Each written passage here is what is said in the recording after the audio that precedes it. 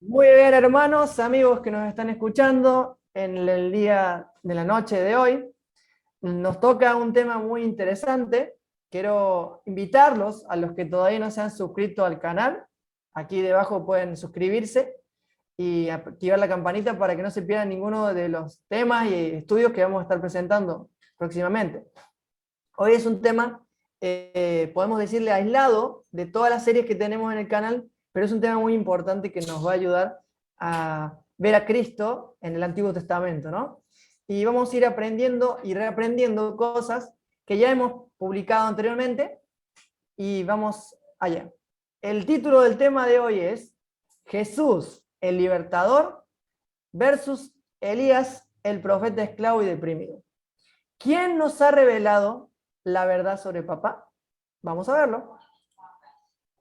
Antes de analizar estos dos personajes, es necesario que podamos profundizar en, en estos dos conceptos que ya hemos estado analizando y estudiado en series anteriores. Número uno, la libertad en Cristo.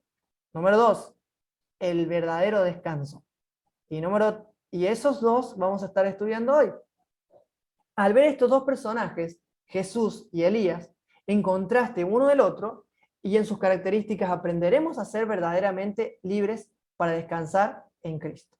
En consecuencia de la decisión de creer en la revelación perfecta de Papá Dios. Comencemos. Romanos 8, del 1 al 4 dice, por lo tanto, ya no hay condenación para los que pertenecen a Cristo Jesús. Amén. Ya no hay condenación para los que pertenecen a Cristo Jesús. Y porque ustedes pertenecen a Él, el poder del Espíritu que da vida, no da muerte, sino da vida, los ha libertado del poder del pecado, que lleva a la muerte. Nos dice acá el apóstol Pablo que el pecado lleva a la muerte. Y Dios nos da vida en Cristo Jesús. La ley de Moisés no podía salvarnos, porque nuestra naturaleza pecaminosa es débil. Así que Dios hizo lo que la ley no podía hacer. Él envió a su propio Hijo en un cuerpo como el que tenemos nosotros, pecadores. Y en ese cuerpo Dios declaró el fin del dominio que el pecado tenía sobre nosotros, mediante la entrega de su Hijo como sacrificio por nuestros pecados.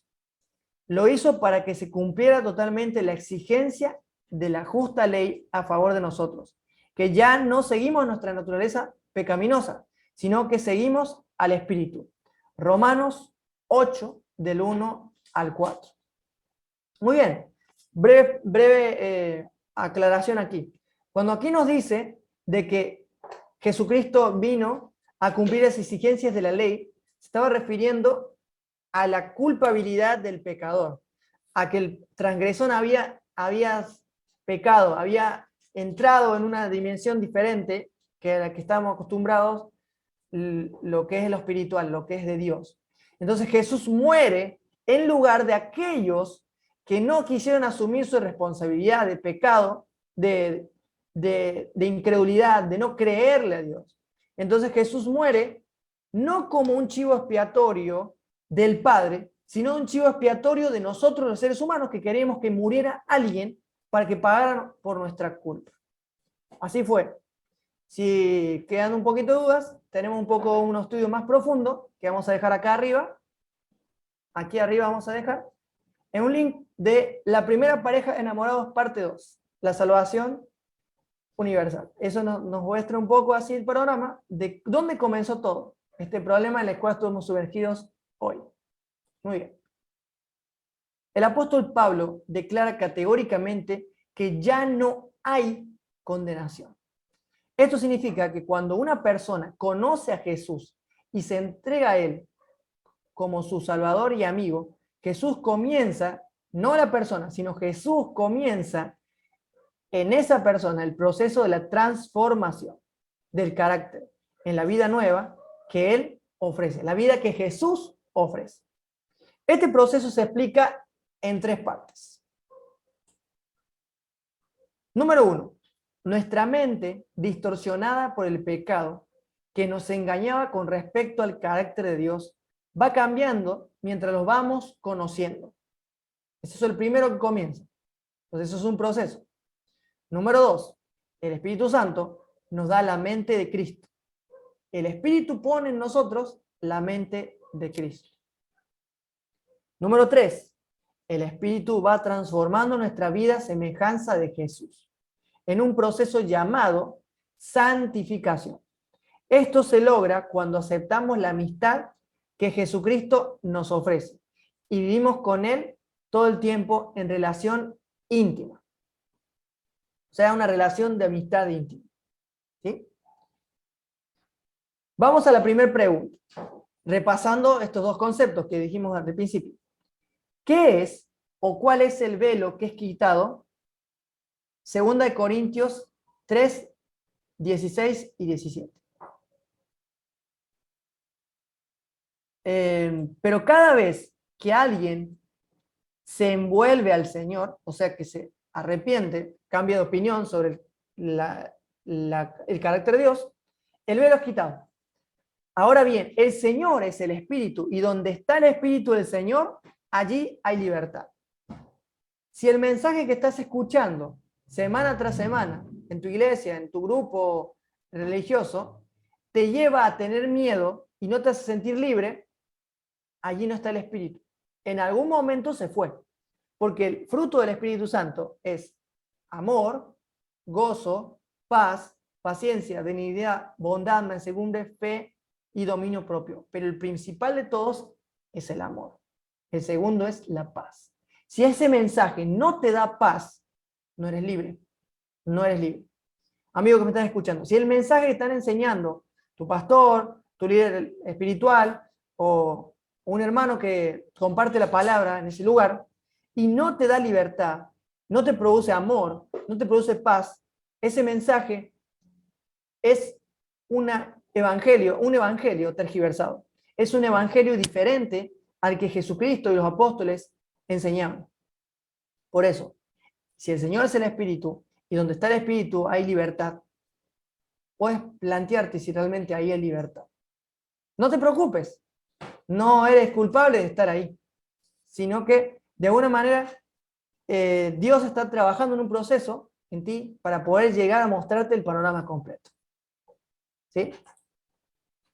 ¿Quién es y cuál es su propósito de aquel que nos cubrió con ese velo?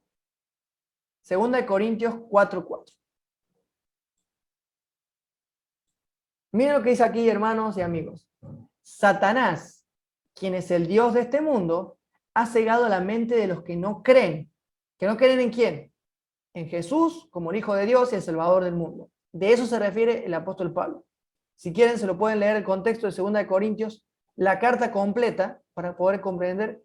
Pablo le está enseñando a una comunidad que era pagana, que se convirtió a Jesucristo, acerca de la justificación por la fe y también acerca del mensaje de salvación del Señor Jesús. Son incapaces de ver la gloriosa luz de la buena noticia, el Evangelio. No entienden este mensaje acerca de la gloria de Cristo, quien es la imagen exacta de Dios. O sea, es la imagen exacta de Dios. No es que es la imagen parecida a Dios, no es que es la imagen diferente a Dios, no es que es la imagen perfecta de Dios.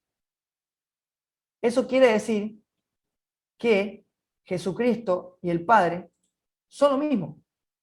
Son lo mismo. Son el mismo carácter, la misma persona. Es la imagen exacta de Dios. Tenemos varios temas en nuestro canal que te vamos a explicar, o explicamos, ahí exponemos, que también te lo vamos a dejar por acá en la descripción, o aquí arriba, para que lo puedas buscar. Tenemos la serie de Génesis, tenemos también el Moisés, un hombre que necesita descanso, y otros más, que te van a interesar más en su agrado y también te van a ayudar a profundizar un poco más. Porque este tema te va a ayudar a profundizar con otros temas. ¿Ya? Bien, vamos a leer en Juan capítulo 17, versículo 3 y 17. Vamos a leer entonces Juan 17, 3. Vamos a buscarlo. Vamos a ver. Después Apocalipsis 19, 11 al 13. Isaías 55, 11. Cuando veamos esto, vamos a notar algo muy interesante, que la pregunta es, según Jesús, ¿cuál es el objetivo de la vida cristiana o caminar cada día con la persona vida? Muy bien. Juan 17:3 nos dice así, y esta es la vida eterna, que te conozcan a ti, el único Dios verdadero, y a Jesucristo, a quien tú has enviado. La vida eterna no es un premio que me gano por portarme bien, por guardar los mandamientos, por estar en cierta denominación, o por ser perfecto, o ser perfecto en todo, no comer tal cosa, no hacer esto, no hacer lo otro. No, la vida eterna es conocer a Dios a través de Jesús. Y después dice el versículo 17, santifícalos en tu verdad. Tu palabra es verdad. En Juan 1:1 nos dice, en el principio era la palabra era con Dios y la palabra era Dios. Nos está diciendo aquí que la palabra de Dios es una persona. Isaías 55 dice lo siguiente, así como desciende del cielo la lluvia y desciende la tierra y hace germinar la semilla para que aquel que siembra y da pan para el que come, así será mi palabra que sale de mi boca. No volverá a mí vacía, sino que prosperará en lo que yo le envíe y cumplirá con mis propósitos. Esa palabra que vino a este mundo, se hizo un bebé, hizo humano, cumplió el propósito, que era reconciliar al mundo con Dios en su ministerio, en la vida, muerte y resurrección de Cristo. Se cumplió eso. Según Jesús, ¿cuál es el objetivo de la vida cristiana? Caminar cada día con la persona vida. Conocer a Dios. Conocer a Dios a través de la palabra viva de Dios. Gloria a Dios por eso. ¿Qué es la verdad y cómo es su nombre? O sea, cómo es su carácter, quiere decir. Según Juan 8:32 y 36. ¿Qué nos hace libres? Esto va dedicado para aquellas personas que son parte de una denominación, que tienen un credo, un manual, lo que sea, y es para que nos replanteemos juntos. ¿Qué nos hace libres? ¿Un manual de creencias? ¿Un estudio bíblico adaptado a esas creencias? ¿O una persona? En Juan 8:32 nos dice lo siguiente. Y conocerán la verdad, y la verdad los hará libres. Y en el versículo 36 dice, así que si el Hijo los libertare, serán verdaderamente libres. Entonces, ¿quién es la verdad? Jesucristo. Es la única verdad. No es un libro, no es un manual, no es una declaración de doctrina. Es Jesús. Es Jesús. Jesús es la verdad del Padre. Muy bien. Ahora vamos un poquito más a profundizar un poco acerca de también quién es Jesús. Según Mateo 11:28 al 30, después de que Jesús se encuentra con nosotros, ¿cómo quiere liberarnos y hacernos descansar? En Mateo 11:28 al 30 nos dice, vengan a mí. La palabra vengan a mí en el griego significa, en el original, sigan. O sea que seamos discípulos de Jesús. Seguidores, todos los que llevan cargas pesadas y están cansados, y yo les daré descanso. Yo les daré sábado. Yo les daré reposo. Jesús nos está diciendo que Él es el reposo. O lo está dando a entender.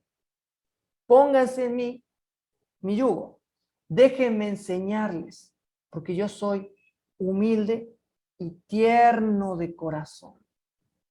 No, a mí me había explicado que sí, Jesús era bueno, era mansito, venía todo como un cordero. Pero va a venir el día en que va a terminar la gracia, que va a terminar el tiempo, que va a terminar la oportunidad y va a venir como león, y va a cortar cabezas. Entonces Jesús se contradeciría. Jesús se contradeciría. Pero Él es el mismo ayer, hoy y por los siglos, dice Hebreos 13:8. Jesucristo es el mismo ayer, hoy y por los siglos. No cambia, su carácter no cambia. Aquí arriba les voy a dejar un video que se llama Jesús, el Salvador del Mundo, y ahí vamos a hablar un poco acerca de por qué Jesús no cambia y por qué Él es Salvador y solamente Salvador. Somos ovejas, somos ovejas del pastor Jesucristo. Y Él quiere darnos descanso para el alma. Porque mi yugo es fácil de llevar y la carga que le doy es liviana. De paso, amigos, quiero decirles, aquí en la descripción de este video voy a poner un archivo PDF que se llama Cuestionario de la Elección y en realidad era cuestionario del estudio de este que estamos presentando aquí. Ahí vamos a tener varias preguntas que les van a quedar de tarea para que hagan en sus casas, en su iglesia o en su grupo pequeño o en su iglesia en su casa, los que están reuniéndose en sus casas como iglesia. Ahí también pueden profundizar un poquito más. Aquí en la descripción les voy a dejar ese link o el archivo en el cual van a ver este estudio complementario a las preguntas. Son 3 partes de este mismo estudio para profundizar. Por si quedan dudas, ¿no es cierto? Para que vayan a profundizar ahí con su grupo pequeño, con sus amigos, sus hermanos y familia. Dicho esto, avanzamos. Vamos ahora a ver los 2 personajes, Jesús y luego vamos a ver a Elías. Esta es la historia del paralítico maldito, entre comillas, ¿no? Porque realmente no lo está. Esta historia se encuentra en Marcos. Aquí no puse la referencia, pero se encuentra en Marcos 11, del 2 al 6. Dice así: días más tarde, Jesús regresó a Capernaum. La noticia que estaba en casa se esparció rápidamente y pronto la gente llenó tanto la casa que no quedó sitio para nadie más, ni siquiera que pudiera estar ahí. Entonces, ¿qué quiere decir? La casa se llenó, no entraba nadie más ahí, ¿no? Entonces, ¿qué pasó? Frente a la puerta, mientras Jesús predicaba la palabra, llegaron 4 hombres llevando a un paralítico. Como no pudieron pasar entre la multitud para llegar a Jesús, subieron a la azotea. Hicieron una abertura en el techo, exactamente encima de donde estaba Jesús. Y entre los 4 bajaron la camilla en la que yacía el paralítico. Cuando Jesús vio la fe de ellos, le dijo al paralítico: hijo, tus pecados quedan perdonados. En la traducción original dice: hijo, tus pecados ya han sido perdonados. Aunque algunos maestros de la ley que estaban ahí presentes, sentados, pensaron: ¿quién es este o que perdona pecados? Solamente Dios puede perdonar los pecados. Jesús les leyó el pensamiento y les dijo: ¿por qué piensan de esa manera ustedes? ¿Qué es más fácil decir? ¿Tus pecados ya han sido perdonados? ¿O decirle: levántate, toma tu camilla y anda? Y ellos pretendieron a pensar: pues voy a probarles que yo, el Hijo del Hombre, tengo toda autoridad para perdonar los pecados. Entonces se dirigió al paralítico y le dijo: a ti te digo, levántate, recoge la camilla y vete. Aquí nos falta una parte del texto, termina diciendo que en ese momento, al escuchar a Jesús, el paralítico se incorporó y se levantó y se fue a su casa. Aquí lo tenemos, después lo vamos a mostrar, pero primero vamos a desmenuzar los personajes. En esta historia hay 4 personajes. El primer personaje es el Señor Jesucristo, que predicaba la palabra de Dios, predicaba la buena noticia del Evangelio de salvación y perdón para todos, no solamente el que cree, sino para todos. La multitud del grupo que rodeaba a Jesús o que seguía a Jesús por algún beneficio que quería sacar de él. El paralítico y sus amigos eran las personas que fueron beneficiadas, que se ocurrió el milagro en ellos. Y por último, los líderes religiosos y espirituales de la época. En la sesión de preguntas analizamos un poco más de esta actitud de los líderes religiosos y hacemos un cuestionario para ir razonando juntos. Ahí vemos nuestro amado Señor Jesús levantando al paralítico. Hoy no solamente en ese momento no hay, solamente en ese momento, sino hoy también hay paralíticos. También hay paralíticos con la culpa, que cargan culpas, cargan cargas pesadas, de las cuales Jesús nos dio el mensaje de la reconciliación. Debemos ir a ellos, no echarles más cargas, no decirles que viene un Dios que te va a condenar, que te va a castigar, que te va a destruir. No, viene un Dios a salvarte. Viene un Dios que ya te perdonó. Ya no tienes por qué estar sufriendo, condenado o condenada. Ya has sido perdonado por tu Padre. Jesucristo ya te ha dado esa oportunidad antes de la fundación del mundo. Y en su ministerio te lo demostró. Él es el Salvador del mundo. Esta ilustración nos muestra un amado Salvador que se compadece de su hijo pecador. Amén. Y ahora pasamos a Elías, el profeta. Elías en el monte Carmelo. Vamos a ir a Primera de Reyes 18, 27 al 40.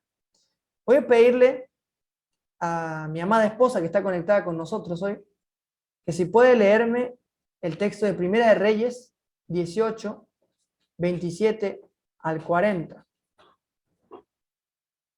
¿Sí está por ahí?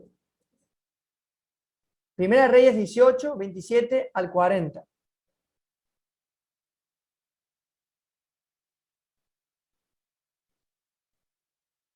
Aquí vamos a ver, amigos y hermanos, la historia de lo que sucedió en el Monte Carmelo.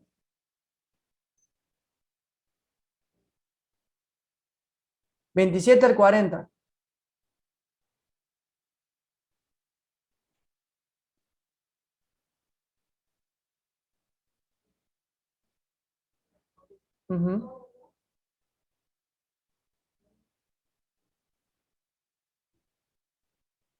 Ahí lo encontró mi esposa, ya lo va a leer, así que tranquilo. Mientras tanto, le voy comentando el contexto. En ese momento, Elías había estado mostrando de quién era el Dios verdadero y iba a hacer un altar, pero empezó a hacer una actitud muy fea. ¿Qué nos dice?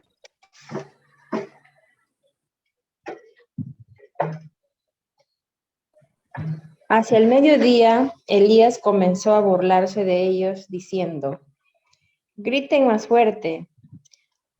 Aunque Baal sea Dios, tendrá sus ocupaciones y sus necesidades. Estará de viaje.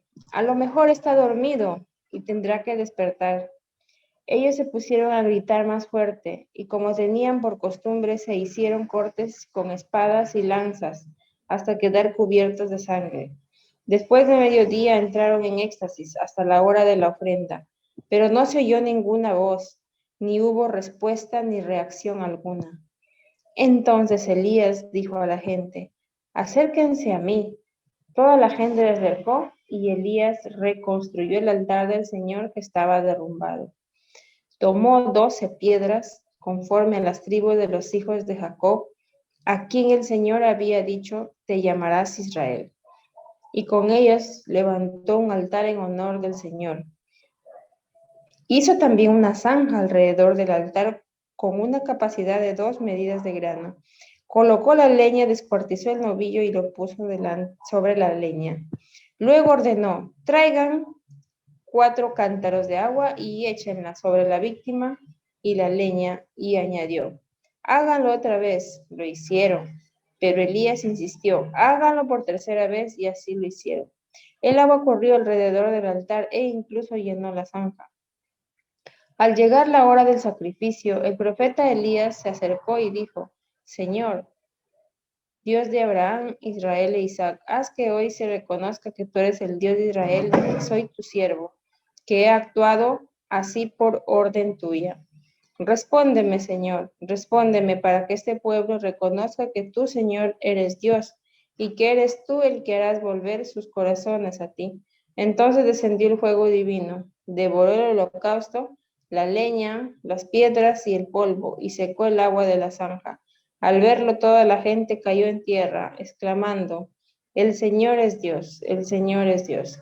Elías les ordenó, apreten a los profetas de Baal, que no escape ni uno. Apresen a los profetas de Baal y que no escape ni uno. Los apresaron y Elías mandó bajarlos al arroyo Quizón y allí los degolló. Ay. Muchas gracias, amorcito. Qué terrible, ¿no?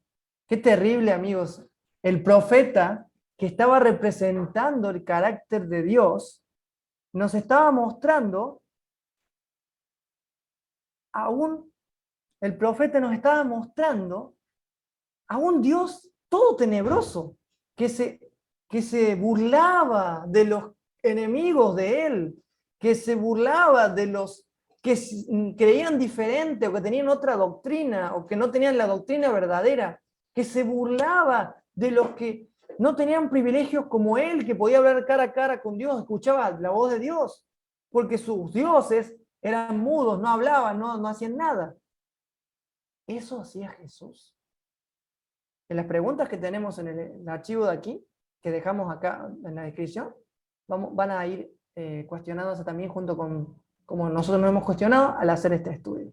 Pero vamos a destacar algo muy importante del profeta Elías. El profeta Elías y los profetas de Baal. Las actitudes incorrectas y el pecado que puso en depresión a Elías.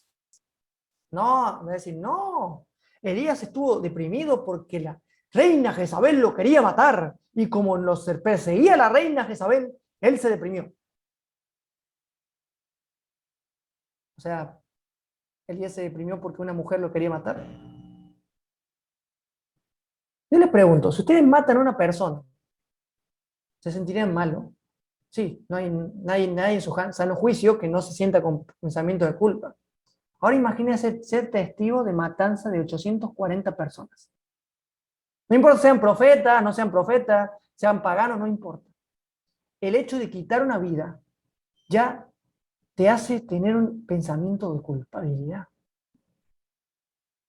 Entonces, eso fue lo que llevó a la depresión a Elías. Elías se equivocó. Elías no estaba representando a Dios. Elías estaba representando al enemigo, al Dios, al verdadero Baal, que era un destructor, era un sanguinario, era un malévolo, que se burlaba de los otros dioses, o el autor de la destrucción. En el versículo 27 del 29 vemos que la burla de Elías, la burla, la soberbia. ¿Por qué? Porque yo soy el único profeta, el único que te sirve, Señor. Por favor, respóndeme, porque si no me respondes, vas a quedar en vergüenza. La manera de responder Dios esa oración era consumir el sacrificio, aprobando así esa matanza y genocidio. Aquí arriba voy a dejarles el link del mensaje que presentó mi esposa, El ángel del Señor mata y destruye, y ahí comentamos un poco acerca de ese ángel que aparentemente hacía el trabajo sucio de Dios, que desde mi punto de vista creo que era Satanás el que mandó ese fuego destructor, porque la palabra fuego de Dios o fuego divino es la misma palabra que está en Job 1:17 cuando dice, fuego de Dios cayó del cielo y consumió a las ovejas de Job. La palabra fuego de Dios es Etz Elohim. Y Elohim no es específicamente a Dios, sino es dioses, los gobernantes del cielo, en plural. Gobernantes, los dioses. Para investigar, ¿no? Los dioses eran los que destruían a la humanidad, a los enemigos del pueblo de Israel, o que mataron a muchos israelitas, los dioses.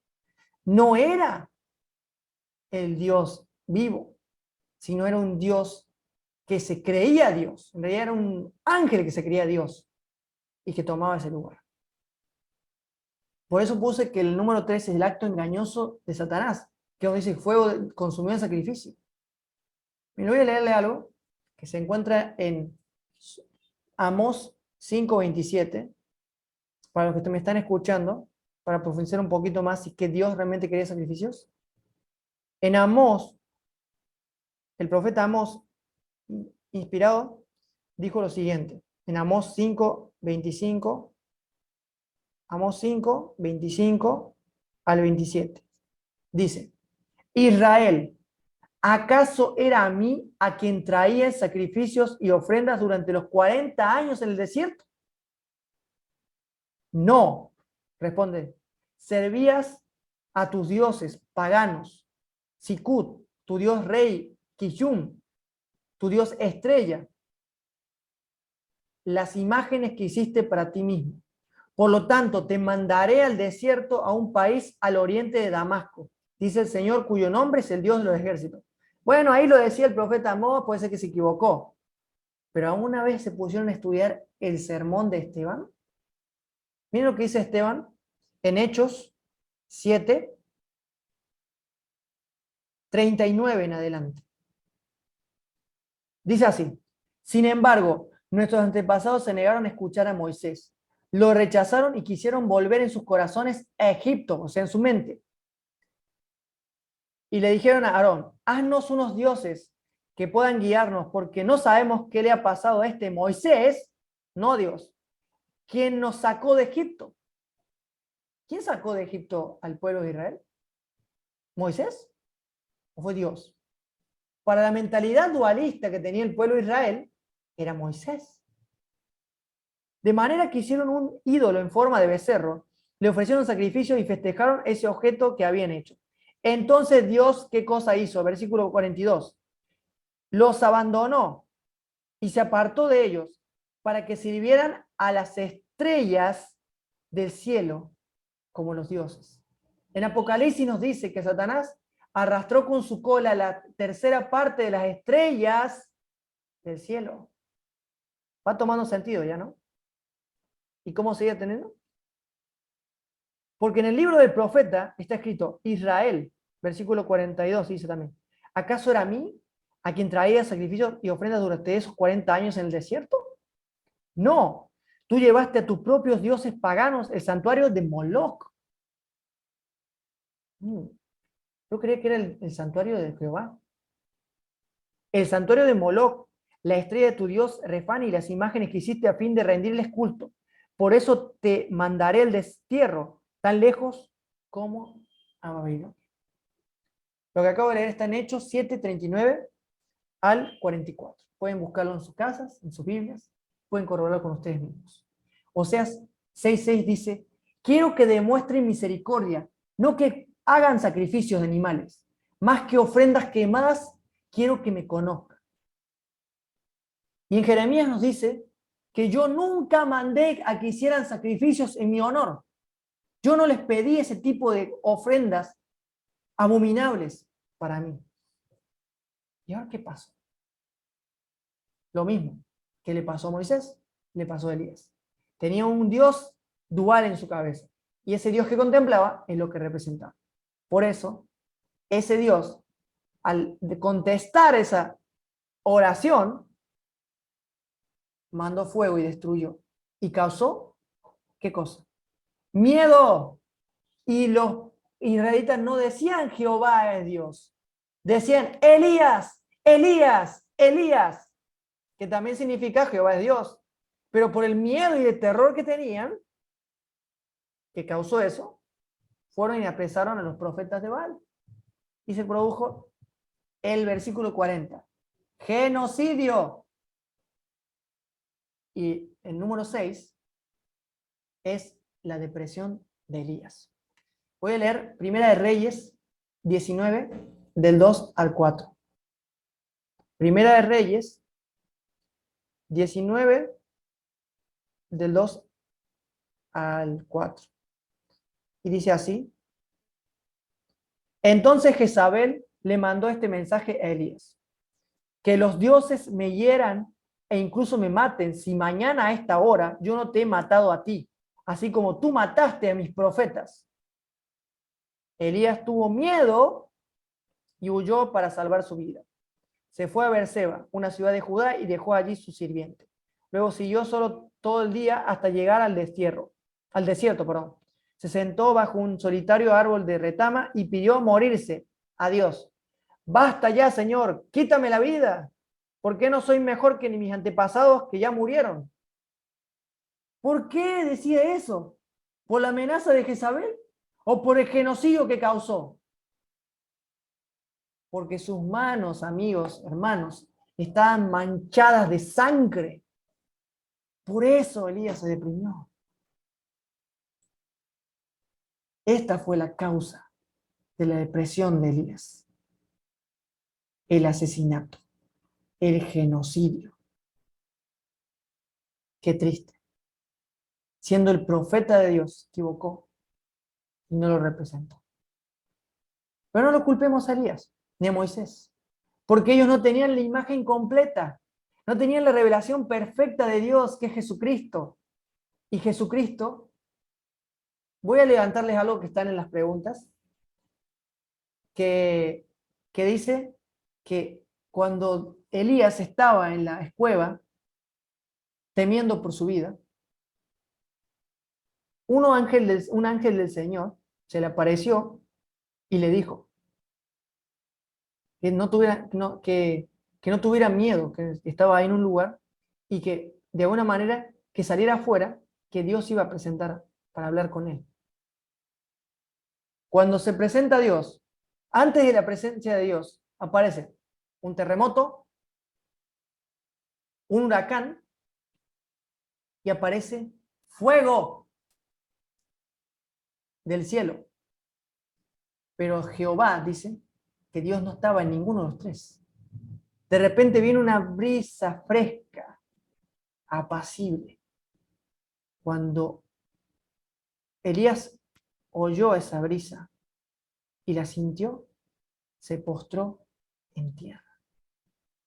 Porque Dios se reveló a Elías en un silbo apacible. No en el fuego, no en el terremoto, no en el huracán o el tornado, sino en un silbo apacible.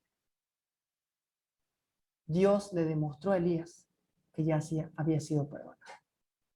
Y tanto le amaba que lo vino a consolar. Y le dio de comer. Y lo ayudó para prepararlo para su siguiente obra. Y bueno, ahí fue cuando preparó Eliseo. Y la historia termina de que él desapareció en un torbellino.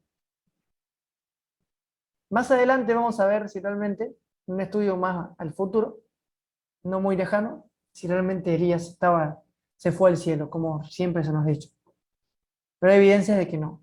Si tienen alguna duda, también en la descripción les voy a recomendar un estudio que hizo un amigo mío, que es Bastián Ángel. Moisés, y Elías se fueron al cielo. Le voy a dejar en la descripción también ese enlace para que lo puedan ver.